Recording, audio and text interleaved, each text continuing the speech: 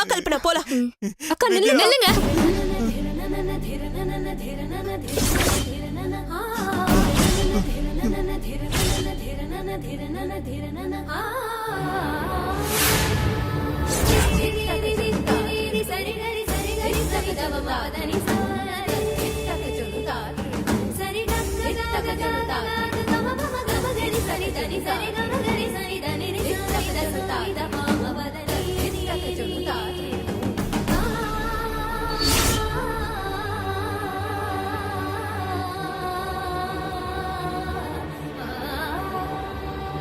ரஞ்சிதா, என்னங்க பேக் எடுத்துட்டு எங்க கிளம்பிட்ட? நான் எல்லாத்தையும் கேட்டுட்டு தான் இருந்தேன். நான் இந்த வீட்டை விட்டு போறதா முடிவு பண்ணிட்டேன்.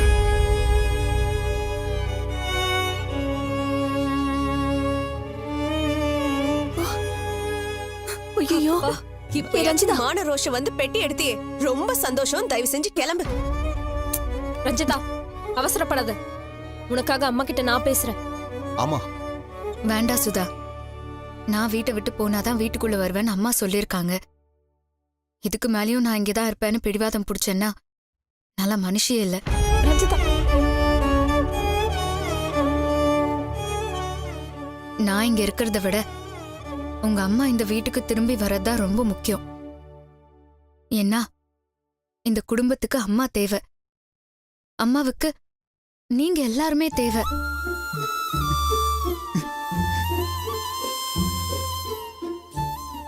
அத்தை இல்லாம இந்த குடும்பம் பட்ட கஷ்டத்தை நான் பார்த்துட்டேன்.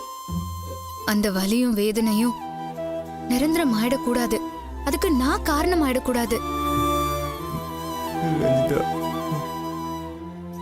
இந்த நிலைமையில நான் வீட்டை விட்டு வெளியே போறதுதான் சரியா இருக்கும். இல்ல ரஞ்சிதா, நான் என்ன சொல்ல வரேன்னா, சுதா, என்ன நினைச்சு நீ எதுவும் வருத்தப்படாத. நான் கோவத்திலயோ இல்ல வேதனையிலயோ இந்த முடிவை எடுக்கல. தெளிவா நிதானமா யோசிச்சுதான் நான் இந்த டெசிஷன் எடுத்திருக்கேன்.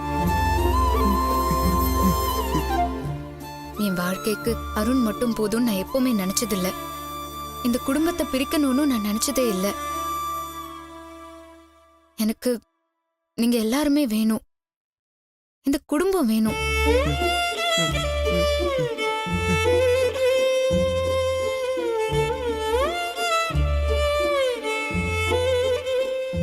முக்கியமா அம்மாவும் அப்பாவும் கூடவே இருக்கணும். பெரியவங்க அங்க கூடவே இருந்து எங்களை வழி நடத்தணும் தான் நான் ஆசைப்படுறேன். அவங்களெல்லாம் வெளியே அனுப்பிட்டு நான் இந்த வாழ்க்கைய வாழ்றதுல அர்த்தமே இல்ல. எல்லாரும் ஒன்னா கூட்டு குடும்பமா வாழ்றதுக்கு பேர் தான் வாழ்க்கை.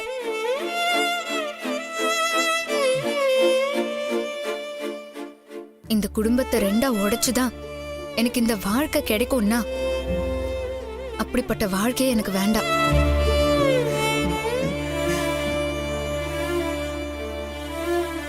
பாவம் அருண் யார் பக்கம் பேசுறதுன்னே தெரியாம தவிச்சிட்டு இருக்கான்.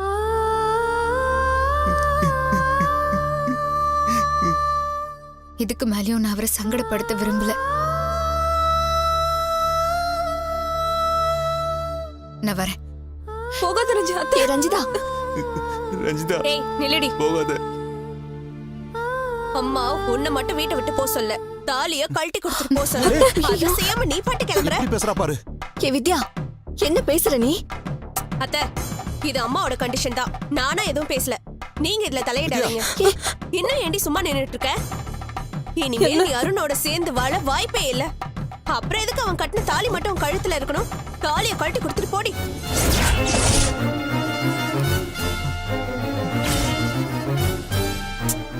ஏய், கழட்டுன்னு சொல்ற, அப்படியே முழிச்சிட்டு இருக்க.